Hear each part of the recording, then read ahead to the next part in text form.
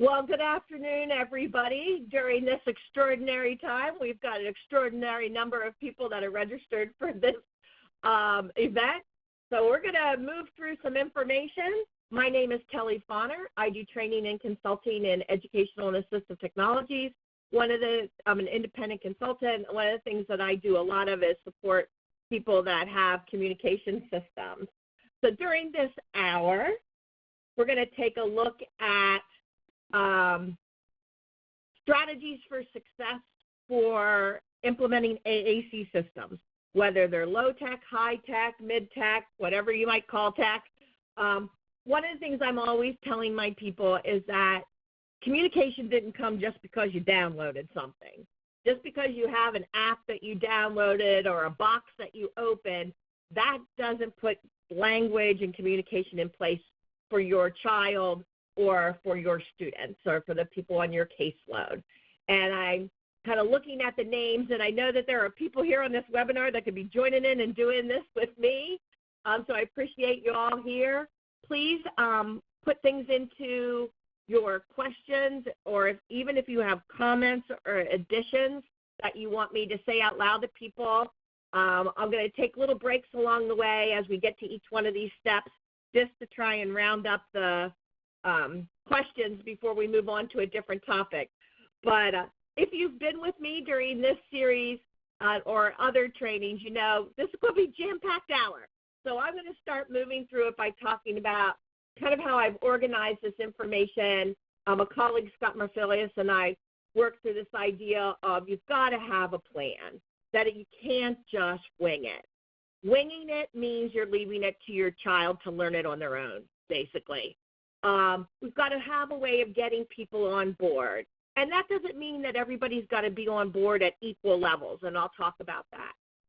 That we look at teaching, or really better yet, learning language in real situations. I don't have many students that I can, sit across the table from them and practice vocabulary and they start using it in the real world. It's more that I learned to use it in the real world. Just like those of you, maybe like me, that have new grandbabies in your lives or children in your lives, they're learning the words that they're using and meanings of those words and how words go together based upon the situations that you're in with them. And this goes not just for family life, but for school as well, and how we respond to them. So this idea of making sure that you're using strategic partner strategies and giving kids good feedback, not just rewarding feedback, but good feedback. And then, of course, many of us all need to show data in some way. And so that starts with writing good goals, by having assessments. And if you start with that plan, you've got data built in it. So we're going to talk about those things. There's always objectives that go along with the session and disclosures that I do training on some of these AAC systems, but I don't get any kickback or anything from anybody that I'm talking about today other than my contract with AbleNet to do these webinars, which I greatly appreciate, especially in these times. AbleNet's webinars and being able to go back and look at the recorded webinars.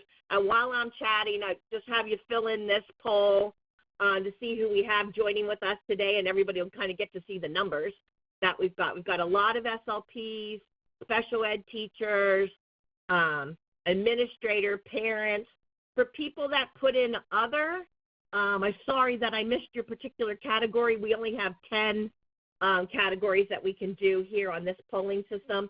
But if you want to represent yourself and write into the questions what you are in the other category, that will be helpful. As I mentioned, we've only got about half the respondents right now that we have on the webinar, so I'll just chat a little bit more.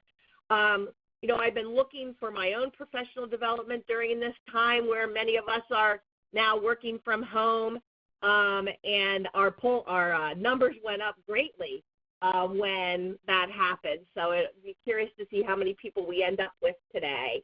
But there are certainly other webinars that are going on, so check out those websites, see what companies are doing, and I'm going to be giving you resources here as we go. So I'm going to count down this poll before I close it out, from 5. So 5, 4, 3, 2, 1. And we'll see so that you can see yourselves who's here and who's attending today. And I know that we've probably got some more people that are joining in and adding to this or maybe changing your responses. So thank you again for being here with us. The content from today is going to, I think, pretty much touch everybody. One of the things that we know is that we have students and our own children that struggle with speech, not just communication or language, but all of the components of it. We know that some of their struggles are is that they rarely initiate interaction. They mostly are in response mode to what adults say around them or ask them. Typically, kids who have complex communication needs communicate in lots of different unconventional modes. They use behaviors. They use eye gaze. They use sounds, but not necessarily recognizable words. They use gestures. There's lots of different ways. They might use head nods and head shakes because people tend to move into a yes-no kind of continuum of questioning with them rather than looking for ways to get content words from them. A lot of their spontaneity, their interaction with people is rare. And when we're in situations where we want to communicate with kids, often they don't have the vocabulary to be able to have that conversation or respond to people. So we want to look at those issues and what that is, because that's our job. Whether you're that child's parent, whether you're their teacher, their SLP, or all the other related service people, it really is our job to figure out how this student is communicating, because they are. And I think that's a basic premise that we've had for a while, like this statement from Pat Miranda. And we need to see if we can open up their group. So you've all come here with many questions. Hopefully through this hour we'll give you some suggestions and ideas and definitely things that you can take a look at. We know that the big issue of implementing AAC, whether you're in the classroom or you're in your home or in the community, is, what's the system that's been chosen to start with? Do you have a robust enough system to communicate with? Or are you adding vocabulary to an empty format and trying to put together a child's language structure? What kind of training is available? It's not just training on the system itself, how to use the app or how to use the device or how to manipulate language, but you also need to get training on implementation strategies. And that's some of the things that we'll be talking about today, and I'll give you probably 15 different places to go and look at for implementation. Looking at vocabulary and how are you working your way through children learning and using their vocabulary so that you can go through the process of creating a competent communicator. And we'll talk about those pieces of it. All the things that we try to connect to, that we look at, the curriculum and literacy and data collection, all of these are the big issues. So who are you and how are you connected to augmented communication users? Are you the person themselves? My colleague, Mike Hipple, is reminding me to tell people about connections and information that's available through the ISAC and here in the United States, our USAC organization. Those are great places to look for resources and supports and training if you're looking to get some things online and some things that are on their web and availability. So that's USAC, USSAAC.org, and take a look at that information. Thanks, Mike. All right, so I'm going to count down this one. We've got a large number of people that work within all of K-12, elementary.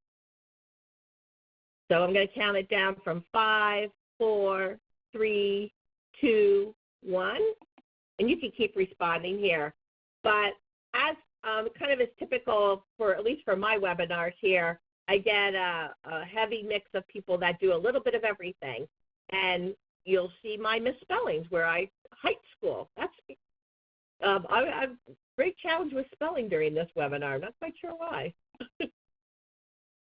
The things for all of those age groups that we know that communication needs to be fun and motivating and meaningful. You know, it needs to be easy. You know, the Caroline Musselwhite rule of if it's not easy, they're not going to use it. You know, those kinds of things. It needs to be within their age range of the things that they're saying, the things that they're interested in talking about.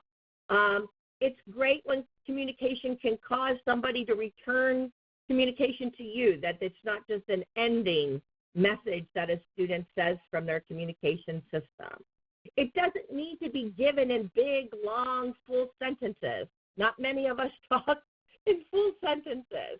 So have things that are in small units, things that are kid talk, not just adults trying to pretend that they can guess what a kid is saying of whatever age. So I'm going to go through these 5 steps, the first step being one of have a plan.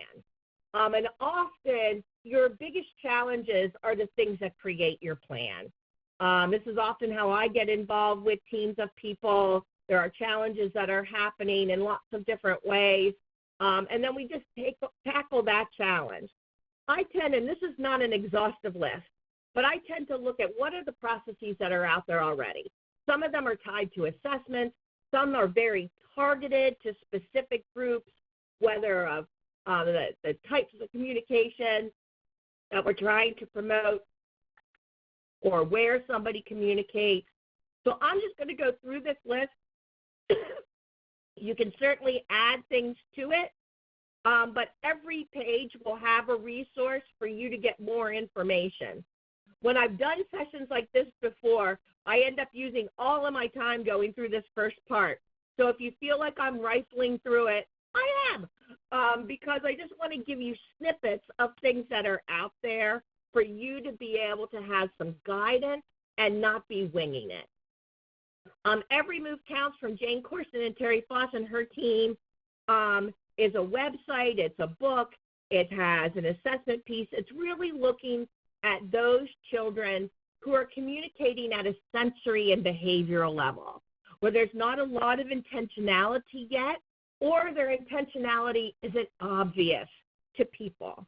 So you go through introducing stimulus in the 5 sensory areas, and being able to things that they smell and things that they taste and things that they see, visuals, things that they hear, vestibular movement, and watch a child's reaction and build a plan from there.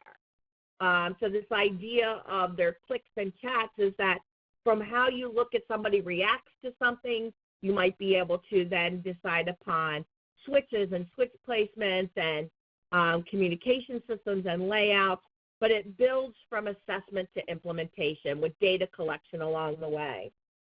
Also kind of in that emergent communication group, and the website Designed to Learn, which is semi-connected to the communication matrix assessment that I'll talk about later. On Designed to Learn, they've got some IEP development information. They have resources for you, especially if you have children who have sensory impairments and dual sensory impairments. So children who are deaf-blind, there's a big parent component of the Designed to Learn materials. And this book, First Things First, that's an image on the screen, is one of the ones that I'll use with my teams to follow through and looking at communication within settings along with data collection for our students who are emergent communicators. Many of you, and you can probably do a hand raise, of how many of you have been through PECS training. And I think I always try and start out with this by talking about that PECS is not a thing, it's a process. I have a lot of people that I meet in their classrooms or in their homes that say, well, we're using PECS with them, and what they mean is picture cards, but they might not be going through the process. And so for some children, going through this process of understanding what a symbol is for, whether you're hardcore PECS process person of going through all of these phases, or like me, we might be going through the first 4 phases and then moving into environment with kids and communicating in those. But they have a large set of resources available, as well as apps that children use where they're using that same process. Another kind of, I'm in this kind of targeted processes, is the idea of LAMP. Now, a lot of people think that LAMP is the app, but LAMP is the process. Again, just like Picture Exchange is the process, LAMP, Words for Life, is the app. And looking at how we can acquire language, through using the same motor plans to produce messages.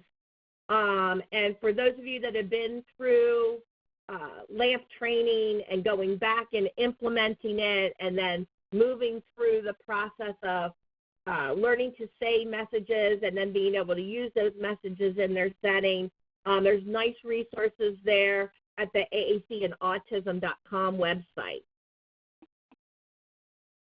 Another process that's targeted that looks at communication as a implementation strategy for children who have it says bad behavior here, but school inappropriate behaviors, things that are disruptive to themselves, things that are self-injurious, things that are family and staff injurious. One of the scales that's been out there for a while was first released in a book many years ago by Dr. Mark Duran, is the motivational assessment scale. And what it looks at is what's the cause behind, not just guessing, but there's a 16-point assessment that you go through as to what's going on, what's happened, what are the antecedents to what's happened. And then the best part of this whole process is implementation. You find out why, but then what's as a result of knowing why, what are we doing? How are we implementing our communication system so that the child, the student, the adult is getting what they need sensory-wise to be away from things, to give or get attention, or to give or get a particular item or thing or a person. So what's the real motivation behind that behavior that we're seeing, so that you're making sure that you're putting implementation plans into place that aren't supporting the continuation of that behavior, but that are extinguishing that behavior and not having another one rise up that is also just as self-injurious or staff injurious or just interfering. And you want to have the behavior that rises up to be an expressive communication behavior. So you'll see that online. You'll also see there's a book. Another targeted intervention in augmentative communication used across many strategies is the idea of scripting and chatting. And I've given you just 2 resources here, but there are more that look at how do you create scripts so that children know what's expected of them to be communicating, so that adults know what to be targeting if you're targeting specific core words or you're targeting social messages. And you'll see some nice examples at Linda's website and at Caroline Messelwhite and her team's website into what scripts and chats are about. It's not about scripting out your whole day. It's about looking strategically, and I'll move to the next one just to give you some ideas, about moving strategically into settings where a child knows what to communicate. They're starting to learn to take turns because things are consistent. Within that consistency, initiation can be promoted. They can learn to have more than one kind of communication interaction style. And we work on all of those things that are social as well. I'll give you some more ideas of this as I go into some other trainings, but you'll see some AbleNet webinars on scripting. You'll see some things on other processes. So take a look at what is in is available kind of in a longer form than what I'm giving you right now. Patty King-Gabon has a nice example of using scripts to teach language in a classroom. If you go to her website and to the blog, she blogged for a whole year while implementing scripting and data collection strategies in classrooms that she was working in New York City schools. So this is a really nice example of, being responsive in your teaching style to what kids are saying, where they're saying, and what they're saying. And she links it to other good strategies that are out there. Here, kind of close to last here in the targeted strategies, are looking at how we communicate across kind of the social network that we interact with. How do we communicate with life partners and good friends and acquaintances, and then people that are paid to interact with us, and then all the unfamiliar zones?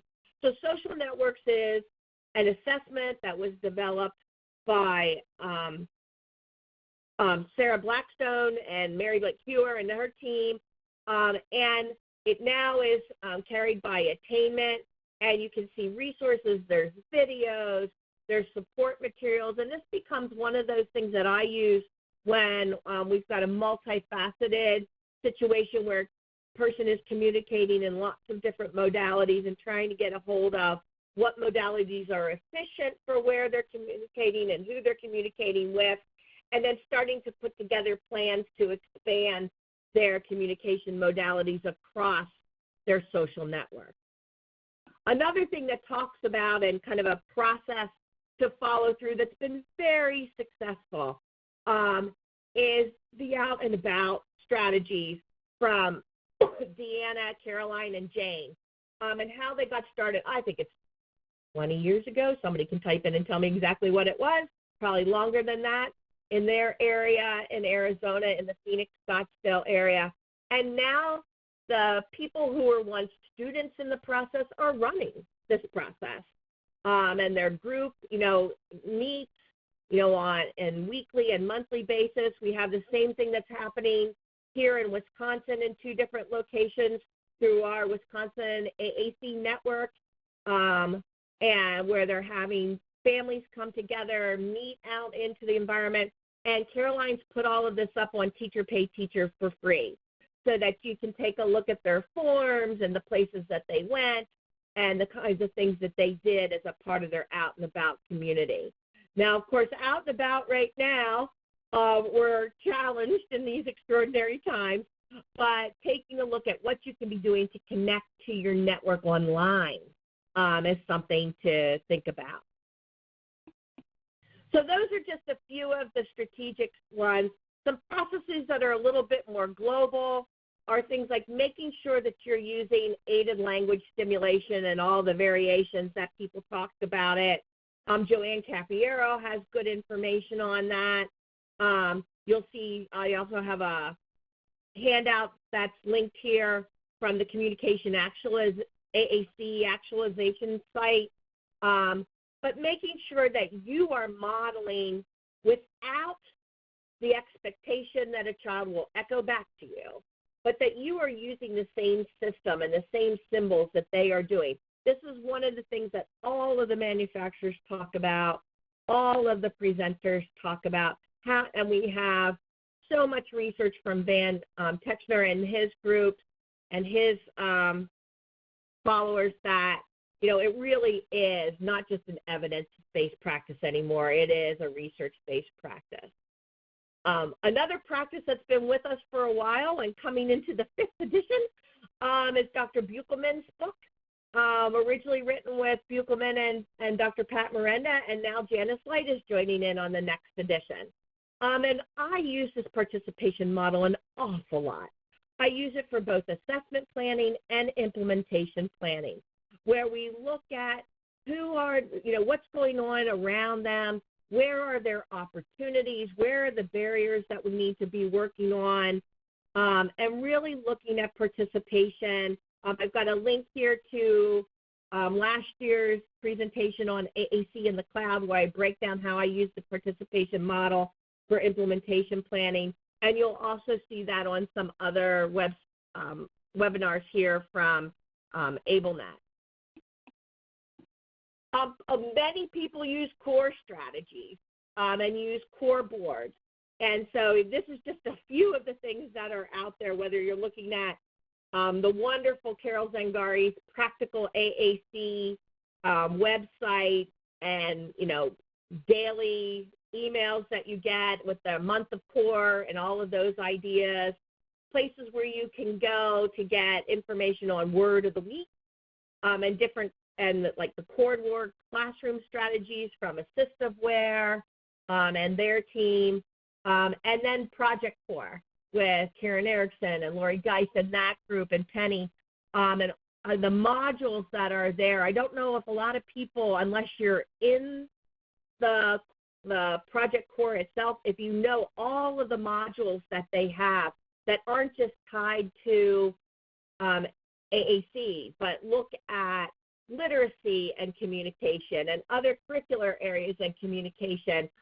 Each of those modules, if you're looking for staff development right now, that's a great place, both the Core Word Classroom and the Project Core, to go through there and look at their materials, because they can be used with more than just the systems that they might promote. We're now within Project Core, you'll find links to download page sets in many of the electronic systems. I'm looking at, and I'm talking with Beth Poss, who's now at Lesson Picks, to make sure that we've got these same things available in different overlays for the low-tech devices. So if you can follow through and use the Project Core examples, but making sure that beyond Core, in fact, Carol Zangari had a wonderful post yesterday, that it's not just about Core, but we have to mix together fringe words and personal words with it. None of us speaks in Core alone, even though over 80% of what we use is Core. I don't think that I could do a webinar without my fringe vocabulary. Another process that I will use for my AAC device users is as we're making plans, is looking at the strategies for competence that you'll see from Janice Light and her team at Penn State, and looking at, are we doing all of the linguistic functions? Are we making sure that they've got operational control? Are they looking at how are they interacting socially using their system? And then also doing all those things for clarifying and editing while somebody talks to you. How are you moving through that, and how are you making sure that you keep an eye on all of these areas? And it's not just about, can your child produce vocabulary? Too many places I go, people are just testing kids on, can you say this word, can you say this word? It's like show me therapy. But we want kids to be communicating. We want people to be true communicators within their environment. And kind of guidance from these strategies can be helpful. Lastly, here in the processes of get yourself a plan, I see many of you online that have done some of these strategies in various states and countries, of looking at the environmental communication teaching strategies, where we teach kids communication right within their school day, right within activities.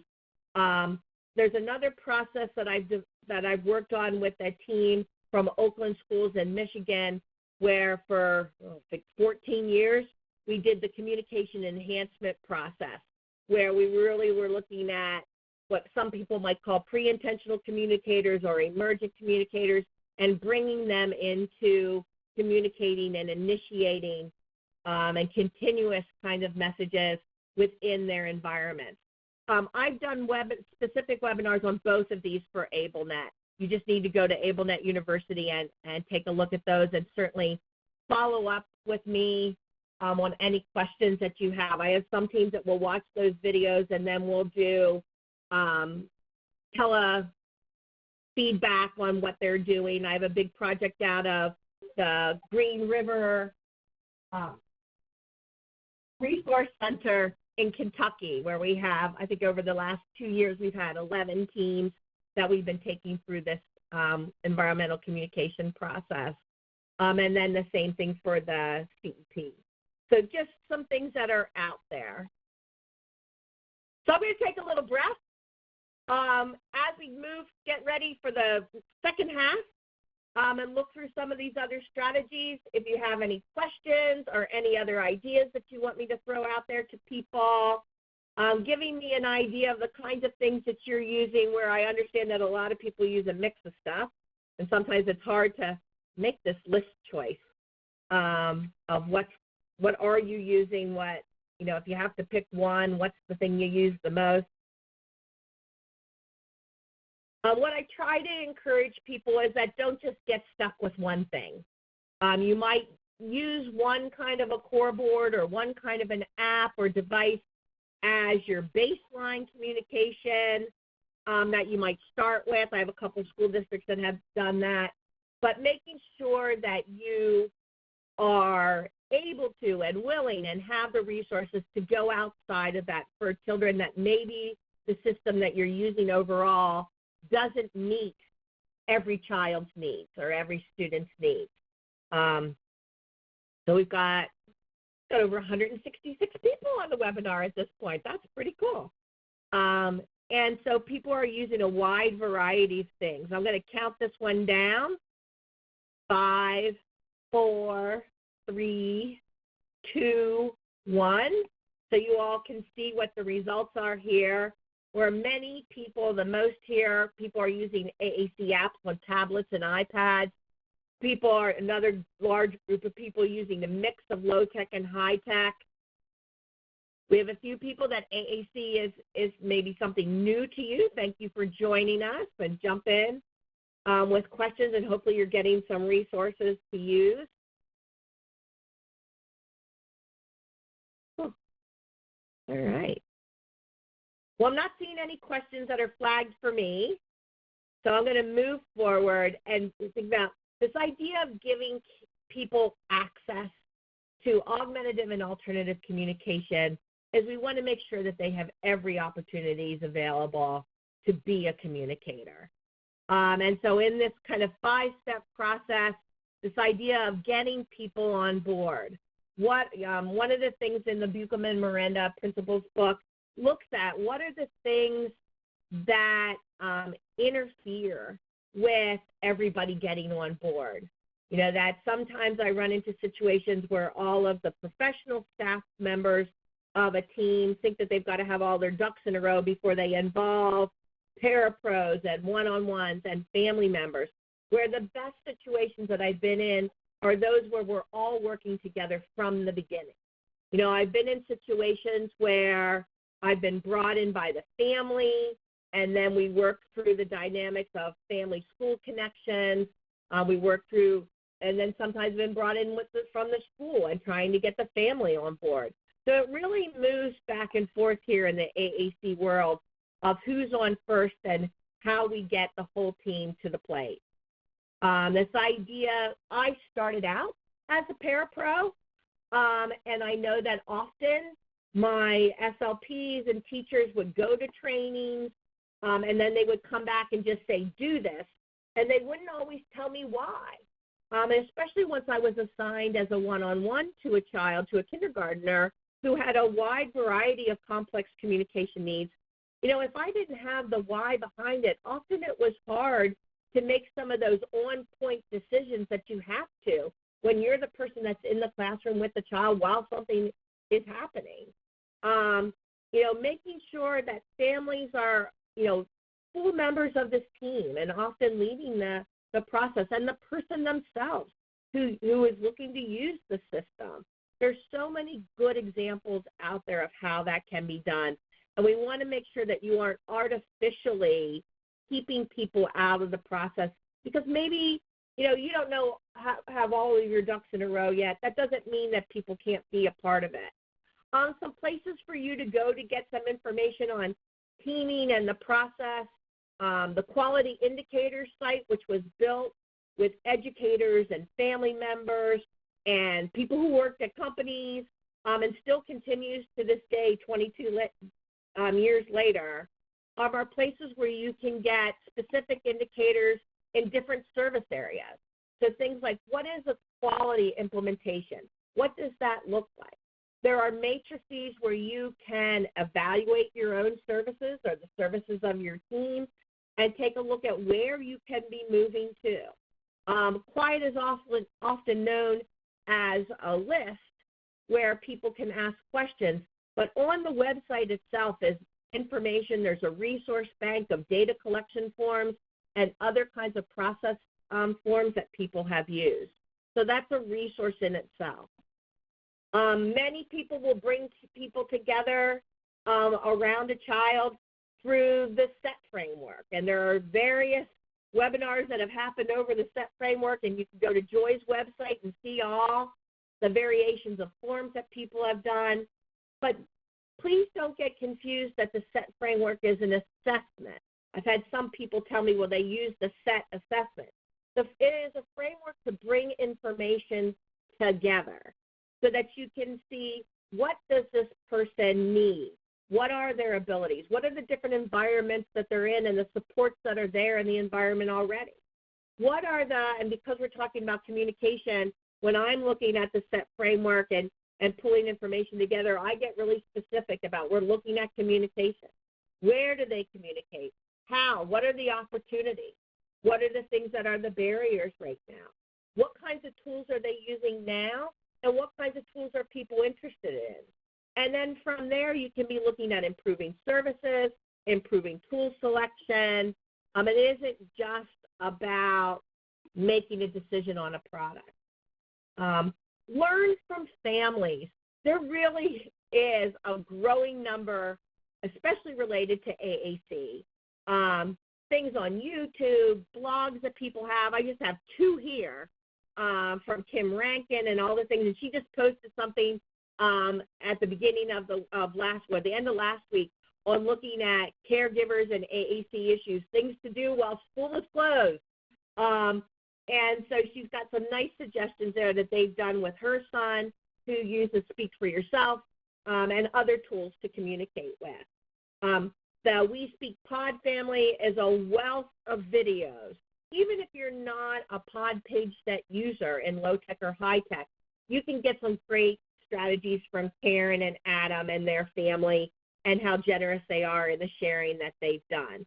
I wrote on the Communication Matrix website on the community forum, probably about 5 months ago, I put together a collection of 11 or 12 of the families that have sharing sites. So if you go and take a look at the communicationmatrix.org website and look at the blue section, which is the community forum section, you don't need to join, you don't need to be using the communication matrix assessment to be able to look at the forum and sort through the information and look for the things that have been posted over the last 4 years by many users. I think we have over 1,000 people that are on that list at this point. The other thing here, and kind of the last section part of I want to say today about getting people on board, is making sure that you share responsibilities. Sometimes I get involved in situations where one person has been doing it all, and then that one person leaves. And then everybody else is left in a quandary of, what is it that we're supposed to be doing? Or what are all the things that have been done around this student or this child or to support this family? Or what are the family's responsibilities and the user themselves? This is one very easy strategy to use that can be really important about getting people on board. From Dr. Gary Cumley and his work, you'll see this written up in the Buchelman and Miranda book. I'm also in Isaac resources, and I use this an awful lot, where whether you're in the assessment process or you're in the implementation process, looking at who are all the people that are involved around this particular case. And I use this in all areas of assistive technology, not just in AAC support. What are the things that have to happen? Who's going to be doing them? And Gary's guidance in this is not that one person fills it out and tells everybody what to do. But the best way to do this is to create a list of responsibilities, create that over time, create it during a meeting, and then have people self-assign. He uses two categories of the person who is the first responsible is the A, and then B is their backup. So that kind of the guidance of everything that's on this list should have a person responsible and a backup to them, and there can be more than one. One of the nice things about the outcome of having something like the roles and responsibilities matrix is that this can be distributed to everyone. It can be given to an administrator. You know, most of us are in situations where we can't govern what our colleagues do. You know, I can suggest, but I can't, you know, report on whether they're doing it or not. Where an administrator can follow up.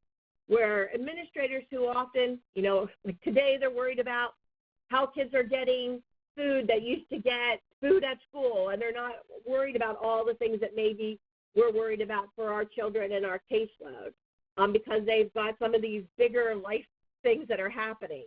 But AAC also is a part of life. Our communicating is a part of our life, and making sure that all the things that need to be in place are. So it's a good practice to make sure you're doing some kind of action planning, but again, not forcing people into certain roles, but sharing that responsibility.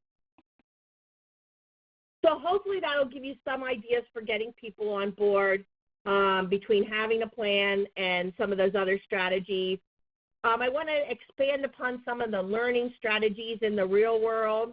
This idea that we communicate within situations and the things that we do. We don't just learn words and by some osmosis learn how to say them in different places, but we really are communicating in those situations. We have to have a purpose for kids to communicate. And that purpose isn't just set by the app or the device that you're using. That's often the purpose of the outsiders to get a child to use that app. But the true purpose is, what are you doing? The hardest places that I have to work in and start to consult in are when there isn't anything going on, when there's not an agenda. There's not a schedule, there's not a curriculum, it's like a free-for-all. It's very difficult to communicate in free-for-all situations. Some of our best augmented speakers will talk to the situation of chatting, and that chatting is difficult. So trying to just sit down across from a kid and have a chat, you're going to one of the most difficult situations. Sometimes it's socially difficult for children. The speed of chatting is difficult.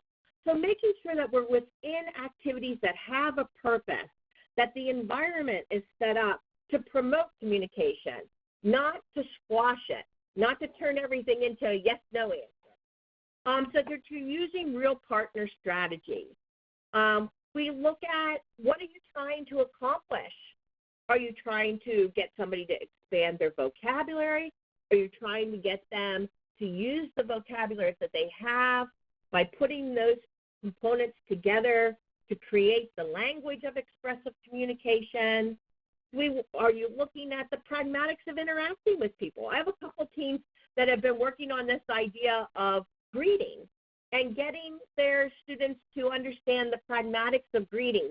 Many of us have seen those YouTube videos where teachers stand at the door or the principal stands at the opening of the school, and oh my goodness, things that we're going to have to change after we come back from school with this, where we're doing handshakes and high fives and fist bumps and hugs and those kinds, but that people pick what it is and everybody's kind of got their thing that they do with the teacher. We've been doing some role reversal where the child has been the greeter at the door, where they're learning to greet everybody as they come into class. And as I said, we have to rethink some of these things as we go through as to what we're doing and what we're saying in our social interactions. I hope my head is spinning. Things like looking at operational competence, and then what are the situations that we're in? If you've been involved in any of the environmental communication teaching, or if that sounded interesting to you, one of the things that we look across a person's day is to look at which interactions are social, which are purely dyadic interactions, which are things that are joint action routines where we're doing things with more than one person together.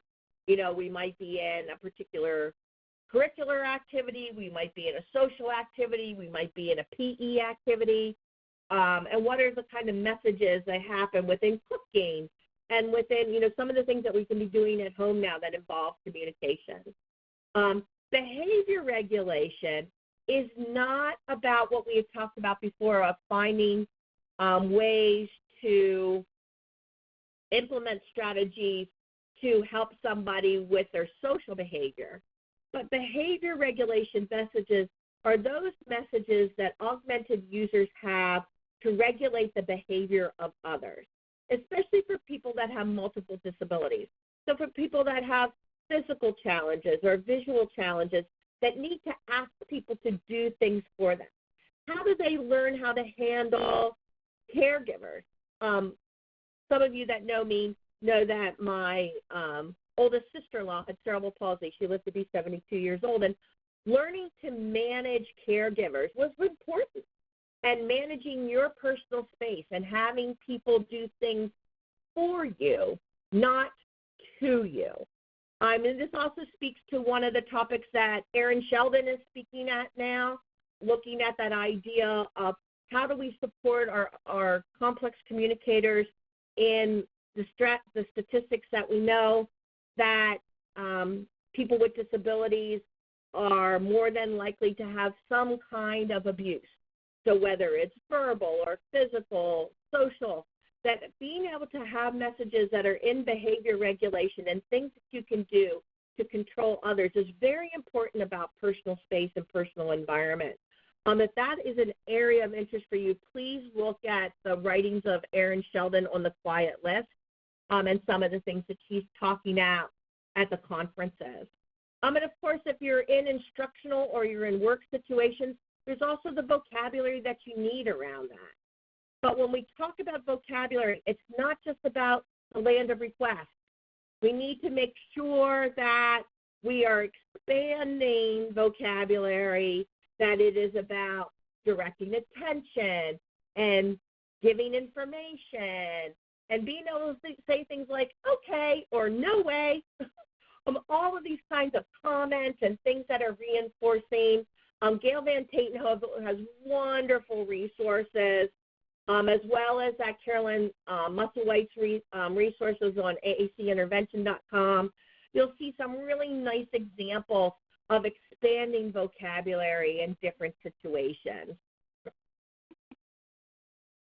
I always get nervous as we get closer and closer to the end. We look at ways of increasing participation by making sure that kids are involved in real activities that are meaningful to them. So looking at some of the companies like Toby Dynavox with My Board Maker and all of the different resources there, different curriculum that are set up for literacy, like Carol Zangari's, going for my brain. Somebody write it on the question list. But things like Readtopia that have, commenting in it and places for kids to use communication, and, the equals plus and other curriculum that we're seeing from Attainment and Adaptivation and Don Johnston and other companies that are looking at it. I have an online group. Oh, yes, thank you, Stephanie, that tell me literacy curriculum that Carol has put out from Attainment with all those resources. Thank you, Stephanie. And I've been working with a group of parents and people that support kids in the home, and you'll see some pictures here of Preeti.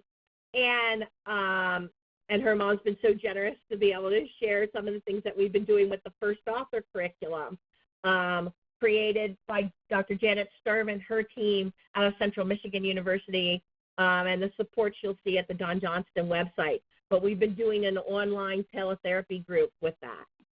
A lot of fun.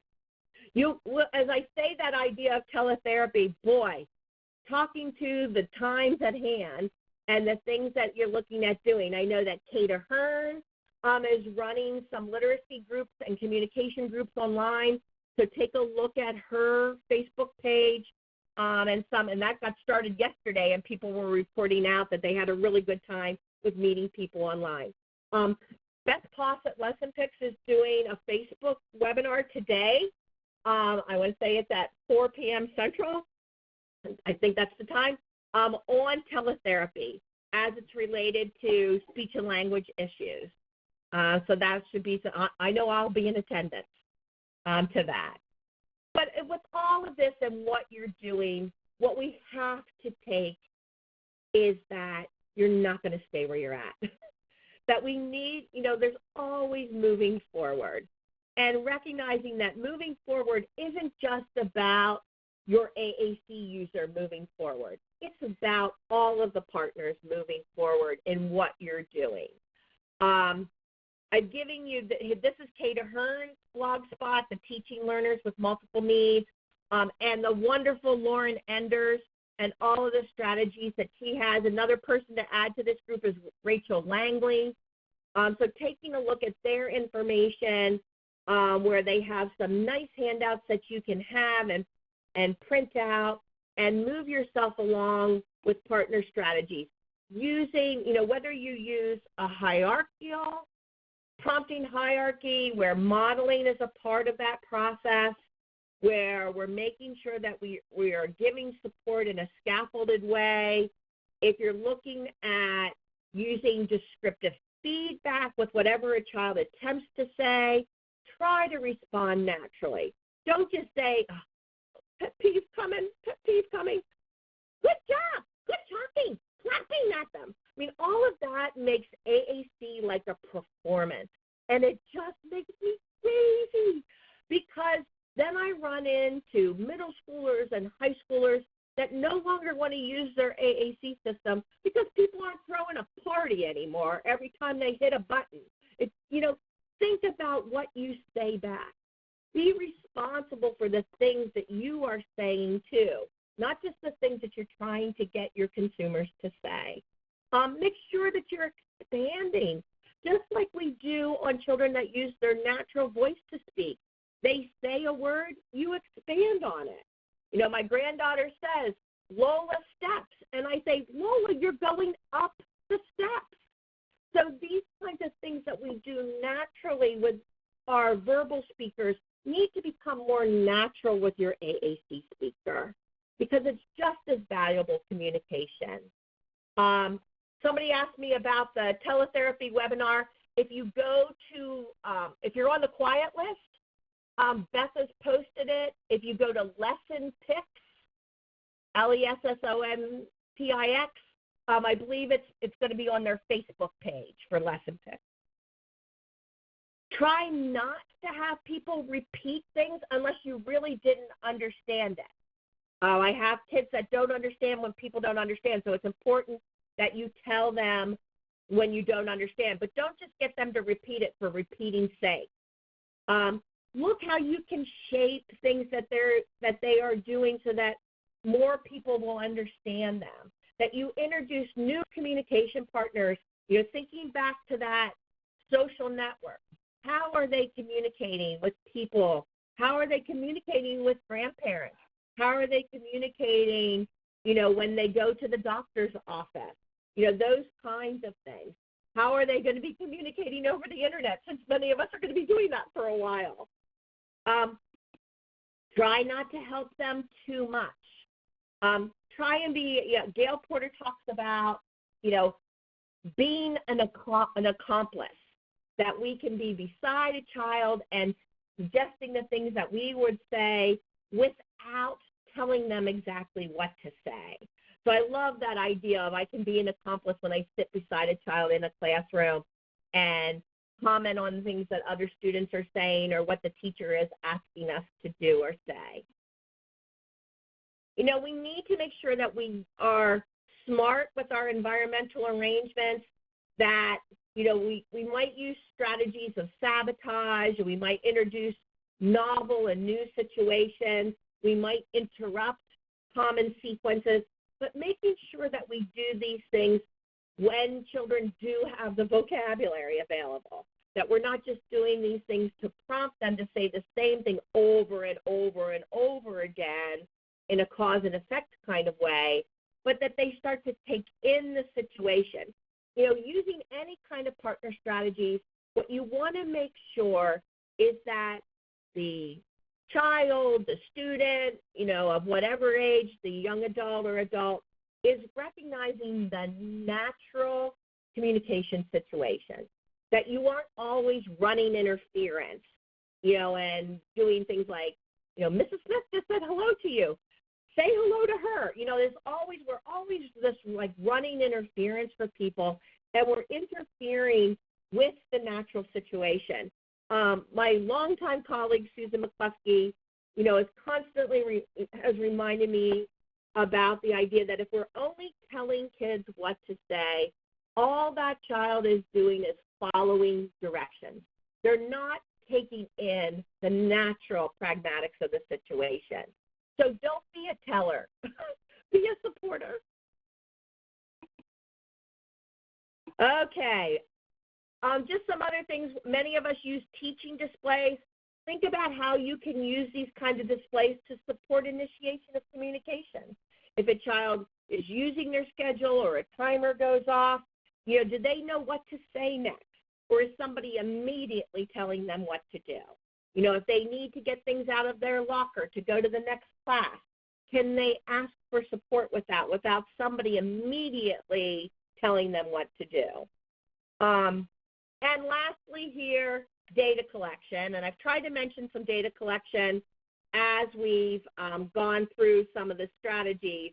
But more specifically, what we know is that change will happen. It's just we want to make sure that it happens in a positive scaling direction for everyone that we're working with.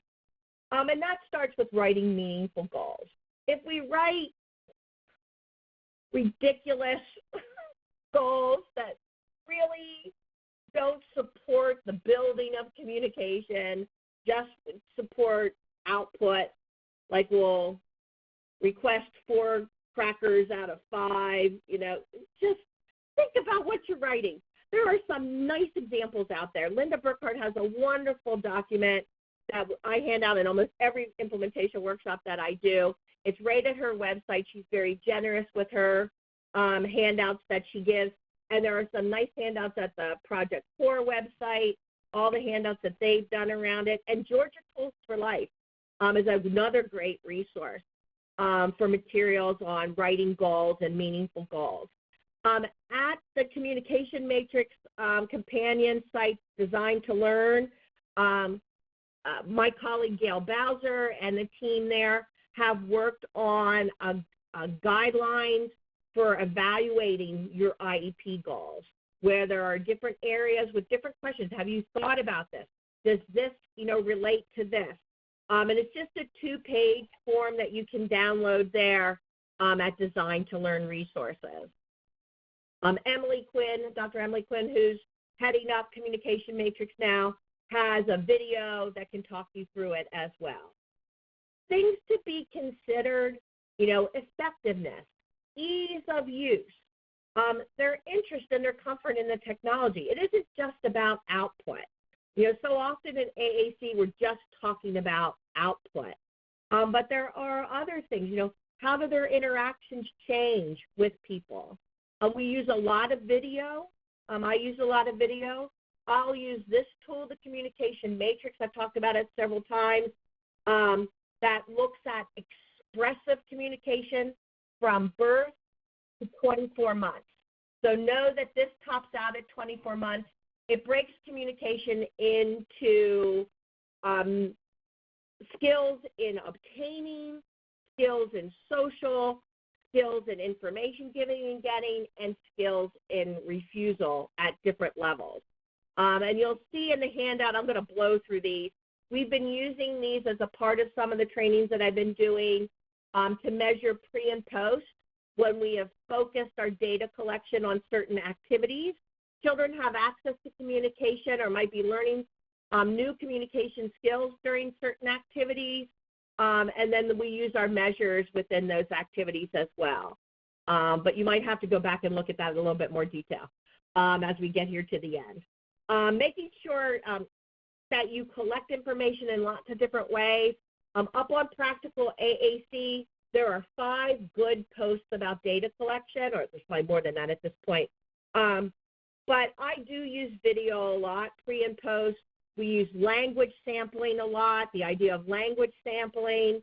You can find some information on how to use the language activity monitor that's built into the devices and apps. They'll have a list of which devices have them and how to use them and how to use those measures.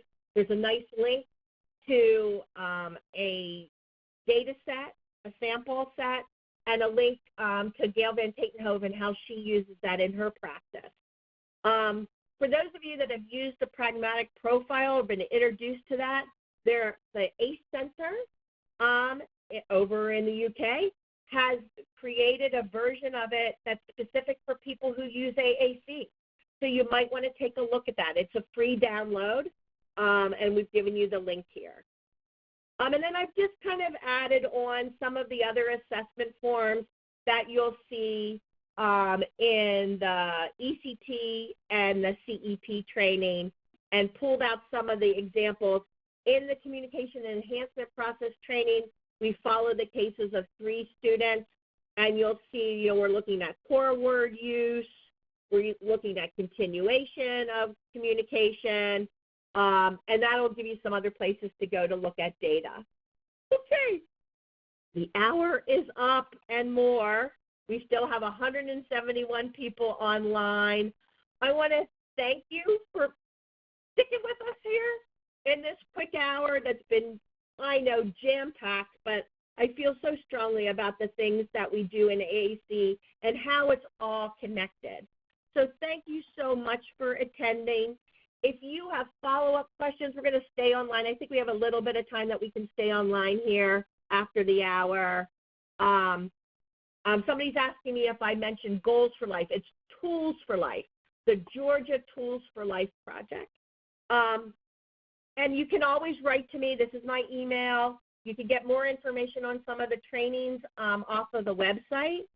And as always, I just really want to do a big shout out to AbleNet for having these webinars for us that we can participate live. We can watch. I know I'm going back through my AbleNet Save list now during these weeks here at home.